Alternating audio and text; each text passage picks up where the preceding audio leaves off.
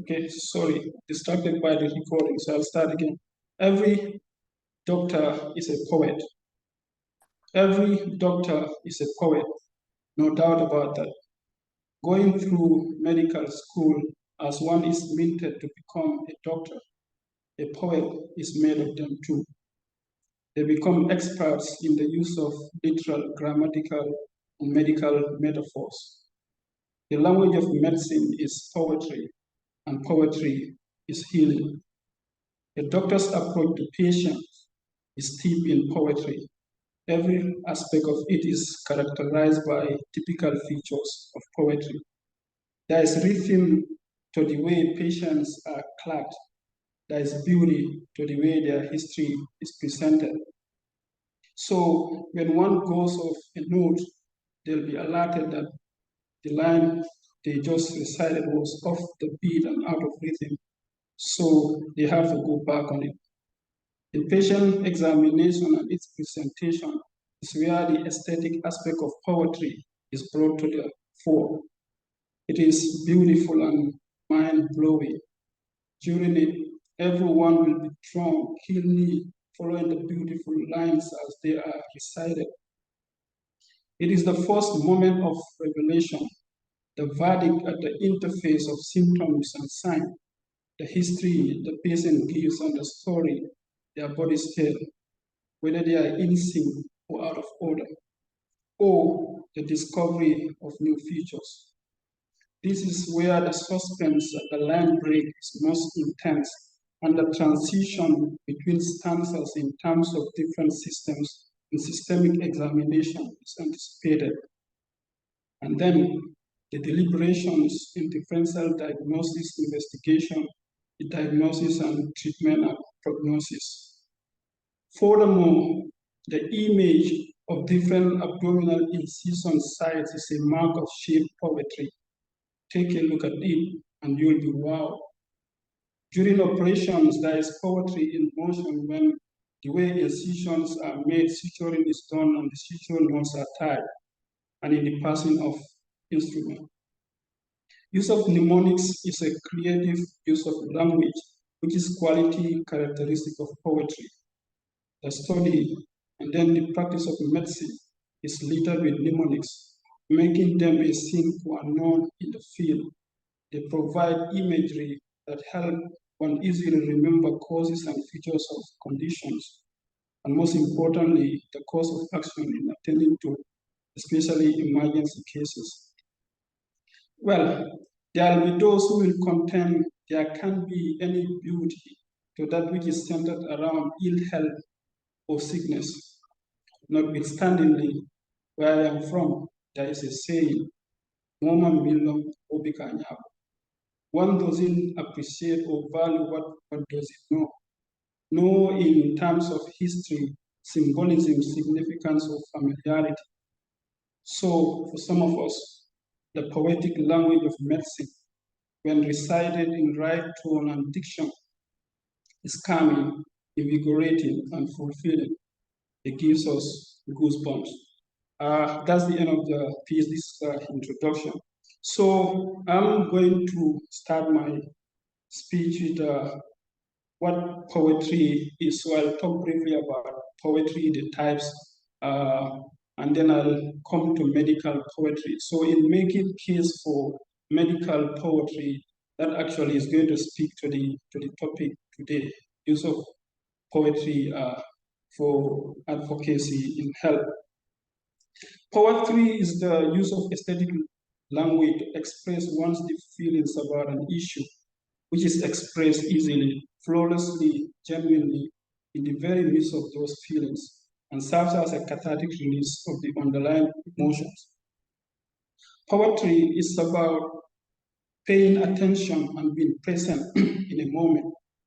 It tells a story or describes a scene in concentrated lyrical arrangement of words. It uses figurative language, poetic language to create images or express ideas when you want to differentiate it from prose. Essentially, poetry is the expression of maximum of meaning, the minimum of words, using the poetic language. There are so many different kinds of poetry, but they can be grouped into three genres. That is narrative poetry, dramatic poetry, and lyric poetry. Dramatic poetry tells a story.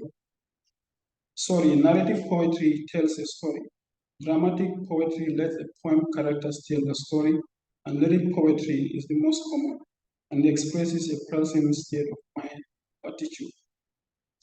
When it comes to the forms of presentation, this is very important about poetry for people to understand, especially those who are interested in poetry.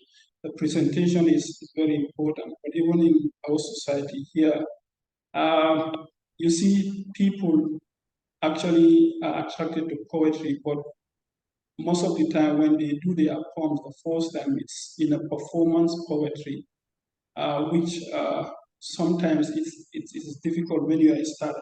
So when it comes to presentation, there are two forms of poetry. We have performance poetry and written or traditional poetry. Performance poetry is the poetry that is specifically written or composed to be performed in front of an audience. So it includes spoken word, slam poetry, and sometimes rap or hip hop. So spoken word is a performance poetry that can be performed anywhere. Once the poet has a platform, it can be at a source of entertainment or in a classroom or even in occasions like this. Slam poetry, this is spoken word poetry that is written to be performed during a competition, called it slam competition. Written poetry or traditional poetry, this is a poetry that is written to be read from a page. So I consider myself as a written poet. I don't do performance poetry, but written poets, of course, they can do performance poetry. So what written poetry is, you read it from the page. You can also present it to an audience from memory, that is recitation. Now, the role of poetry in modern practice of medicine. The use or the role of poetry in medicine includes enhancing empathy, healing or recovery, human connection or communication. There's a special relationship between poetry and medicine. Arguably, the art of healing began with poets. There is a tradition that the poet of Sophocles played a prominent role in establishing the Athenian center of healing called of the Asclepios. The priests of Asclepios practiced their art long before Hippocrates brought science into the picture. Poetry invariably has many points of connection with medicine, and there is a great value that physicians and other health professionals and patients can derive from this art form. Now, the role of language and human expression in medicine is now understood to extend beyond the restricted protocol of clinicians and patients speaking to each other about the cause and the cause of disease. This restriction can conspire against understanding between doctors and against healing which comes after treatment. Of course, in medical practice, the relationship between patients, caregivers, and the doctors is so restricted. There's a protocol. So it's been realized that there's a limitation. That protocol actually brings limitation in the understanding between patients and their caregivers. But when it comes to the history of the patient, when we clerk patient, there's much more, especially in their social history, than we actually are allowed to when we do the clerking. Poetry in general allows us to express ourselves, fosters creativity, accepts ambiguity. It can sharpen listening, attentiveness, observation, analytical skill, enhance empathy, self-awareness, and introspection. So when it comes to poetry, the role of poetry in medicine, I'm going to talk about it in two forms. There is the role or the utility for the caregiver, the importance of poetry to the doctors, the nurses, and also the importance to the patients. Poetry teaches creative thinking, which is of immense value to doctors and caregivers. It enhances the ability to interpret metaphor, which is critical skill in diagnosis. Patients' symptoms often present in metaphorical manner, and caregivers need to know how to interpret patients' metaphor. You see, medical practice could be stressful. There is no doubt about that. And there is usually a lot to read and understand, which could be monotonous. However, despite so much tension, the profession could still be more enjoyable if we can narrate the sequence in a different style. This is where poetry can be important. And there is a therapeutic value to introducing beauty to a situation that is not commonly associated with aesthetics. Current evidence-based data suggests that reflective writing makes healthcare workers better observers as well as more empathic caregivers. So reflective writing, especially this is about creative writing, which is reflective writing is part of creative writing. What this is stating is people who actually are involved in that they are better caregivers. That's evidence-based than those who are not. You see, poetry about caregivers and patients, remedies and procedures, illnesses and convalescence, treatment and healing give a unique perspective and provide new revelations of medical experience, including emotions and responses that are not found in textbook. Reading poetry lets audience bear witness and transform, as Rafael Campo, a physician poet of Harvard Medical School, said, when we read or hear a poem that is truly effective, we feel what the speaker is feeling. We experience an entire immersion of ourselves into another's consciousness. In fact, this point is buttressing or speaking to the importance of the topic, the role of poetry in advocacy. So when we want to advocate or make a case for a condition in medicine or in health, poetry is one of the most powerful tools to use. When we use poetry, especially those who actually have experience or let's say we are talking about, we want to make a case for hypertension, cancer.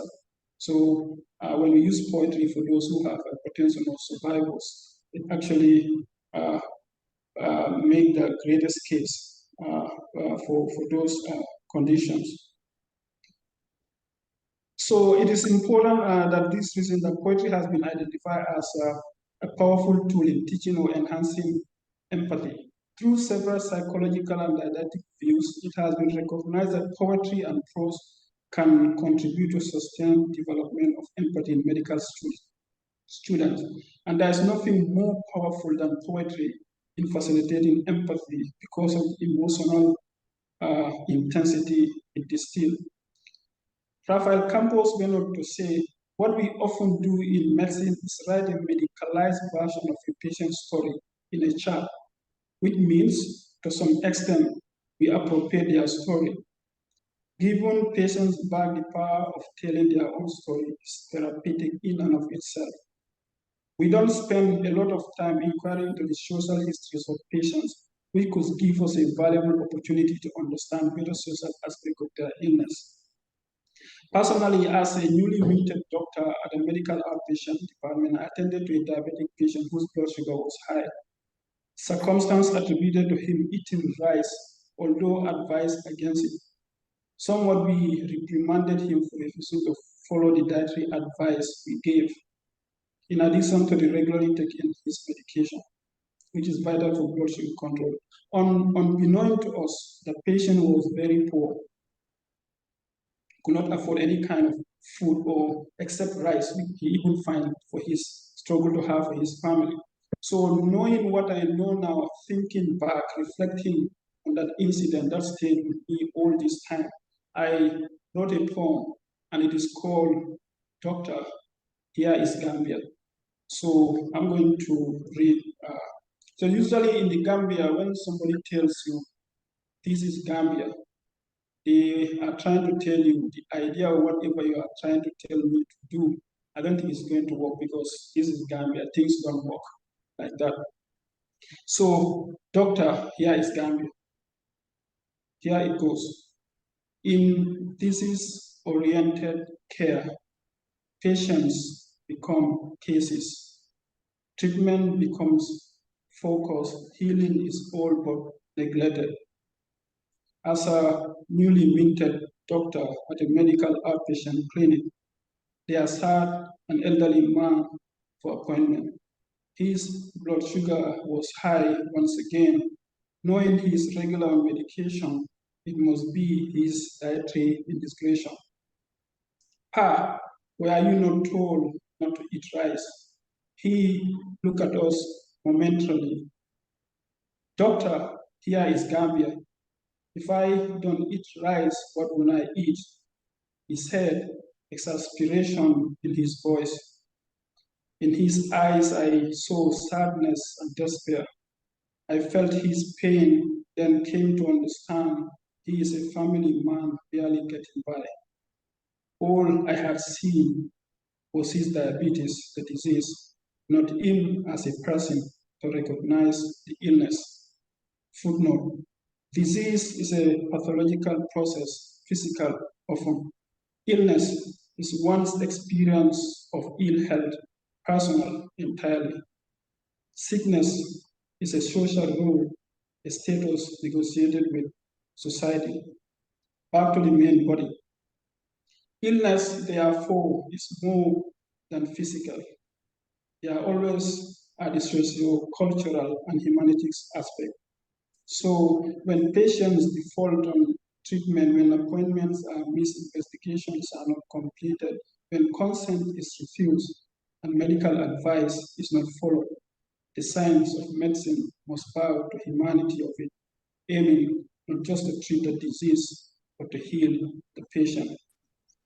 The end of the poem. So clinicians caring for patients have the responsibility to both treat and heal.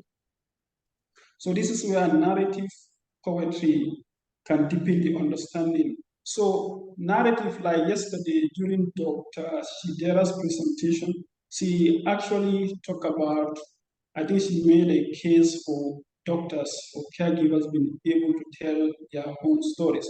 Actually, there is a new, well, there is what we call narrative medicine. It started in Colombia in 2001. In fact, there's a division for narrative medicine where it is advocating, making a case for patients or even for physicians, to talk about their experience. Narrative medicine actually concentrates more, gives more light to the social aspect of illness, which actually the amount of time or the space given in the clerkings that is very, very restricted. So narrative and poetry can deepen the understanding of patients about themselves and the illnesses, as well as the understanding between them and their caregivers, leading to compassion, which facilitates healing. So essentially what we are saying here, when you allow patients to tell their own stories, their sickness, that will make them able to understand better their sicknesses and going to foster the understanding between them and their caregivers too. Okay. Oh, so this type of situation is actually demonstrated in one of the pieces in our book, Healing Words, where the patient was allowed to talk about their story. So this is the title. This patient has mental illness or mental. So the title of the piece is Living with a Mental Disorder, the Quest for Understanding. So here it goes. I'm going to read what this patient wrote. Very intelligent patient. I think when she wrote this, she was around 2025. So this is what she wrote. I've been struggling with mental illness for 9 years now, but didn't get a diagnosis that makes sense to me. Looking back at my childhood, I realized I wasn't normal all along. It wasn't until I was 23 that I realized people don't hear voices. You see, before knowing the severity of what I was going through, I thought I wasn't suffering. I was just going through life. I was brought up with the idea that no matter what happened to you, you've got to fight to the end. So I stuck it up and strive on. I sacrificed my well-being to carry other people's burden. And because I didn't complain, I was misunderstood as being strong. So I was neglected. While deep inside I struggled. Sadly, our culture doesn't care much about mental well-being. Though I ended up dropping out of school, I continued to like reading. So recently, I realized that all these years I've been going through manic episode of hyperactivity, less sleep, energetic agitation, and then comes the lows and the extreme lows that lead to being depressed and suicidal. I have experienced the realization and personalization and psychosis. I hallucinate, I talk alone and have conversations with voices in my head that have been part of my life for so long. To navigate life when I'm depressed, I keep silent, find things to do. When I'm manic and becomes anxious with an overstimulated mind, I try to calm down and be aware to avoid anything that will trigger further stimulation. When I completely break down, I cry, write, or simply isolate myself. And because I'm not accustomed to being alone so much, I push away people. This, I believe, stems from the fear of closeness and attachment for me. Nothing comes except pain for me. As a result, I develop difficulty of character and can be too direct and sarcastic. In all this struggle, religion is the only thing that has helped me come back to reality. It is the anchor that keeps my feet firm on the ground of life. However, even at times, religion fails me when I'm too disconnected from reality, making it hard for me to emotionally connect with those around me. I try my best, but deep inside, I struggle. Being religious, I firmly believe in exorcism. However, I do know medical treatment is a role in mental illness. So that's the end of the piece by the patient. As you can see, when this patient was given the opportunity to write about her illness, I mean, she wrote very beautifully and in depth. So by giving the opportunity for the patient to tell their own story, the caregiver was able to understand better the insight into disorder and able to give a better explanation of what was actually the problem. The person being allowed to articulate their challenges and worries in their own words was in itself relieving. Now, the value of poetry in modern medicine is now well established, as in the recognition of synergistic relationship between medicine and humanities. This has led to the establishment of the Journal of Medical Humanities. So this is to point out the importance of poetry when it comes to medicine. Initially, at the beginning, say essentially healing start with the poets, but now this is well recognized. As a result, it has led to the establishment of the Medical Journal of Humanities in US 1979, which now contains hundreds of articles of poetry. UK Journal Medical Humanities was launched in 2000. JAMA, the mighty American Medical Association Journal, has a section for poetry, part of the humanities. This section explores poems that address experience and meanings of illness and caring for it and well-being. And beyond these three I mentioned, a wide variety of clinical journals there are features of poetry regularly for over a decade, like the oncologist, Annals of Internal Medicine, Annals of Emergency Medicine, Yale Journal of Humanities in Medicine, Third Space, Harvard Medical School, Psychiatric Bulletin. Beyond this journal, there are a number of websites specifically for medical poetry, and these include Pulse. As medical personnel, we all know what Pulse is, so there is a journal called Pulse, Voices from the Heart of Medicine. There's a there's another website called Intima. Intima, one of the layers of the vessel, blood vessel. It's called a Journal of Narrative Medicine. And there is another one called Poems in the waiting room. In addition, there are a number of competitions held regularly for medical poetry. For example, there is the Hippocrates Prize for Poetry and Medicine, which was launched in 2009 for medical students. There is the Yale UCL, University College London Collaborative Annual Poetry Competition for medical students since 2011. In Scotland, the Royal College of GPs in Scotland, together with the Scottish Poetry Society, they have a book called Tools of the Trade, Poems for New Doctors. So since 2014, what they do is this collaboration, every medical graduate in Scotland is handed that book on graduation. This is to help them think with compassion and personal resilience in facing challenges in their work. So what is important here, even for the FAMSA, the first session that was given talked about the journal, I think it's called JAMS. So I think the suggestion will be maybe JAMS if you don't have any poetry section. But when you see the best journals, medical journals in the world, all have poetry. So I think you should also come up with a section about medical poetry. So poetry and narrative are not just good for the sanity of the carer, but very much so for the wholesomeness of the care. It has been demonstrated through MRI that reciting poetry engages the primary reward circuitry in the brain called the mesolimbic pathway. So poetry can reduce pain and the use and the dosage of opioid.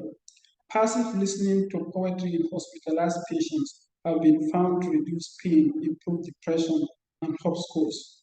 And cancer patients who read poetry together have been found to decrease pain and can overcome depression and improvement in their qualities of life.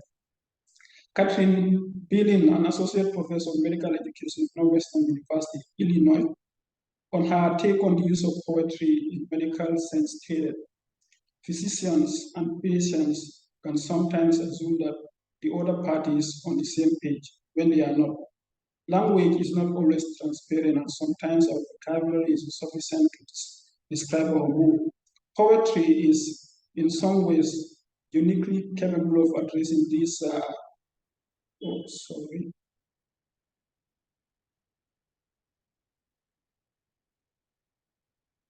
So language is not always transparent. Sometimes our vocabulary is sufficient to describe our mood. Poetry in some ways uniquely capable of addressing this problem. She went on to give an example of how her team used poetry when they went to examine a newly alcohol withdrawal admission. By reciting Jack Collihan's poem, I'm gonna slap those doctors, they were able to engage with the patient at a level she could only attribute to the power of poetry. The poem, she went on, certainly did not change the course of the patient's devastating disease of alcoholism, but it gave all of us a sense of human connection. Poetry, therefore, is a tool. That is end of quote for Professor Billings. So poetry, therefore, is a tool that can be utilized in effectively treating as well as healing patients. Every patient should be recognized by their individualities with unique experience as per their medical histories and their own life stories, impacting that thus they should be encouraged to write or share these through poetry. For poetry in medicine is empathy enhanced, inner feelings expressed, history completed, treatment effected, and the healing achieved. So by going through all what I've said, like I said, although I've been making case for the medical poetry, this will speak to the topic when it comes to advocating. Like I said, poetry is one of the most powerful tools that we can use when we want to advocate when it comes to medicine. So I have a last poem here that I want to read. This is called hypertension. So this was written in medical school in the Gambia. They have this association, I think it's the Center for Hypertension and Diabetes. So they did this screening at the entrance of June a few months back. So I was invited there. So this is the poem I wrote. It's called Hypertension. And here it goes. Blood is life, life is work, work is pressure. Blood pressure is sustenance of life in moderation, no more tension. Hypertension, upset the normalcy. Hypertension, the persistent elevation of blood pressure. ushers in a host of health challenges. Absence of history in a family doesn't insulate one from it. As life happens, so it could to anyone. Prudence is in living a healthy lifestyle. An hour of prevention is indeed worth more than a second of treatment. Being symptomless doesn't confirm its absence. Being symptomatic doesn't affirm its presence. Certainty, security is in regular checkups, screening. Hypertension is not curable, at least not with herbs. Once diagnosed, follow the regimen. Eat healthy, exercise regularly, maintain healthy weight, quit smoking, take your medications to live a healthy, productive life. So thank you very much. That's the end of my presentation. All right. And thank you, Dr. Kebba. Thank you for that wonderful presentation. I myself, I picked up a lot, and I believe we all did. Okay, we'll be going right into the Q&A session. I don't know if we have any questions for Dr. Kebba here. You can drop it in the Q&A section on the top right of your screen or in the chat box. Yeah.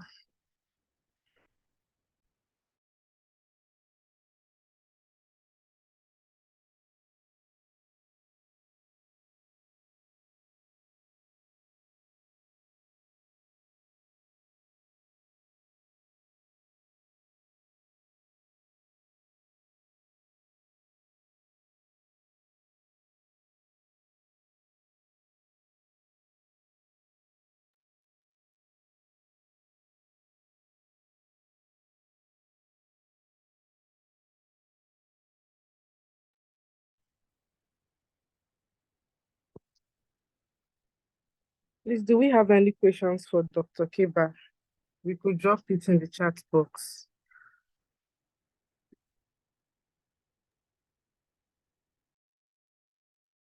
Hello, can I speak, please?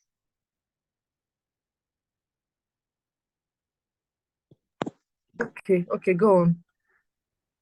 Yeah, so thank you very much, Dr. Keba. That was an amazing presentation. I mean, any lover of poetry would have been enjoying the way I was, to be honest. So I just want to inquire if there is any way, like anyone that is not necessarily in the Gambia but wants to be part of team poetry can be part of the team. How does one go about it? And as well as how can we access your resources and all? Thank you. Yes, anyone from any part of the world can actually join Med Poetry. For example, the book that we published, the title of which is Healing Words, Medical Poetry and Prose. Actually, it's an international collaboration. We have contributors from all over the world, from Africa, Asia, Europe, America, Caribbean. So it is open. You don't even have to be a medical doctor or medical student. In fact, the majority of the members of Med Poetry are nurses, not medical doctors or medical students. So we have our email address, I can say it's Healing Words, medpoetry.healingwords@gmail.com.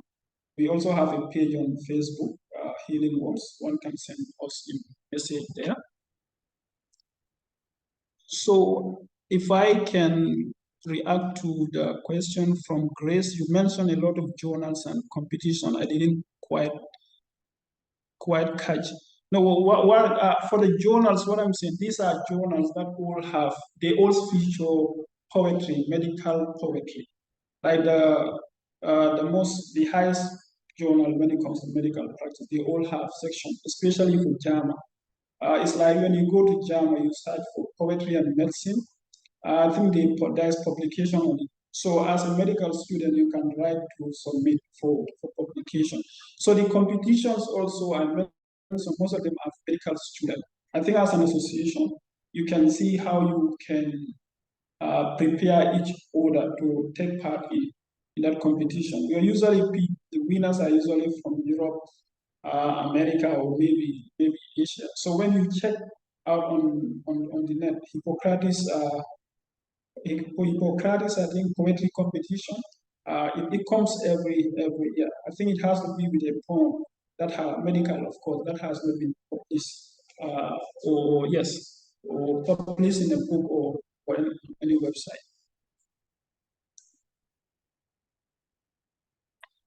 How do you encourage patients with mental illness express themselves as some struggle to organize their thought? And well, that is fundamental PIE.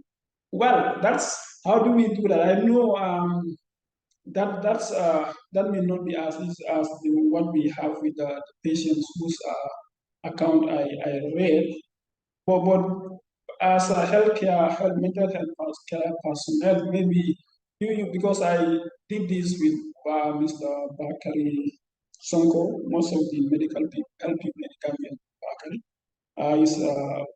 was the program manager for mental health.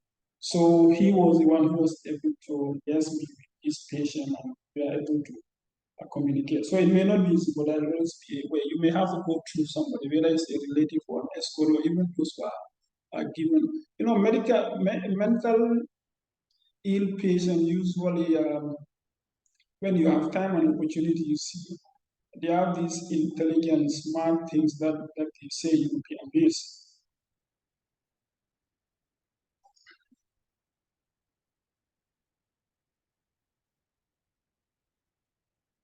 Yes, so far so good.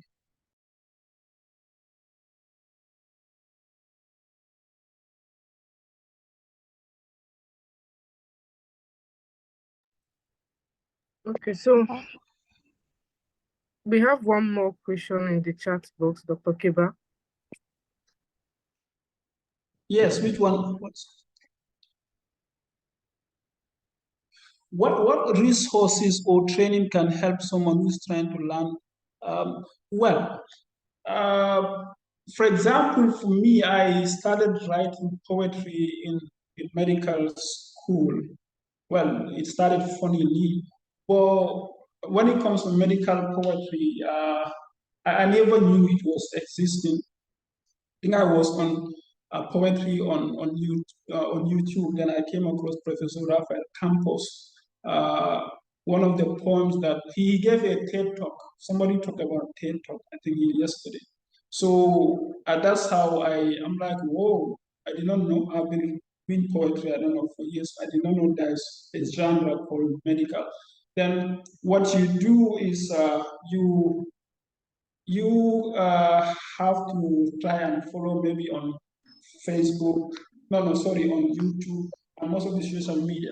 But what I always tell people, if you want to do poetry, like the thinking usually is poetry is for those who actually are doing arts. But like I always tell people, when you look at the best poem, the poets, the well-known, actually are not even those who did art. So they are either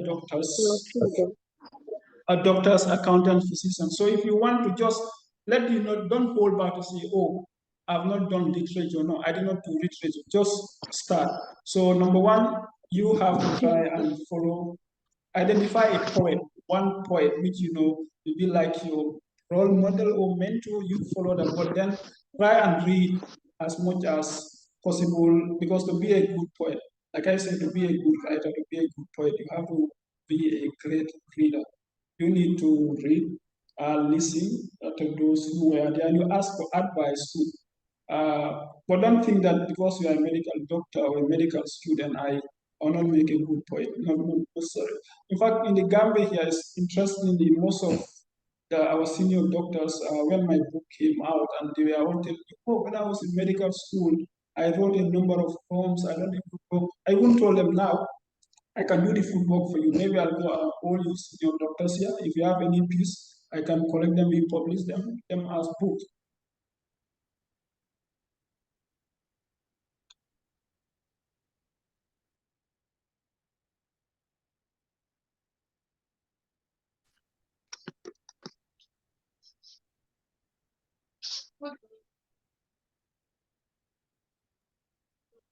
Um,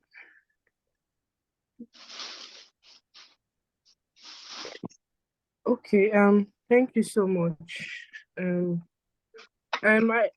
is an attendance link in the chat box. Please kindly fill it before you log out. Okay, Dr. Kebba, thank you so much on behalf of FAMSA, Standing Committee on Publications. We immensely appreciate you for your time spent with us, taking us through this beautiful presentation and your beautiful poems. We look forward to more partnerships with you. Thank you so much. Thank you very much. I'm really honored.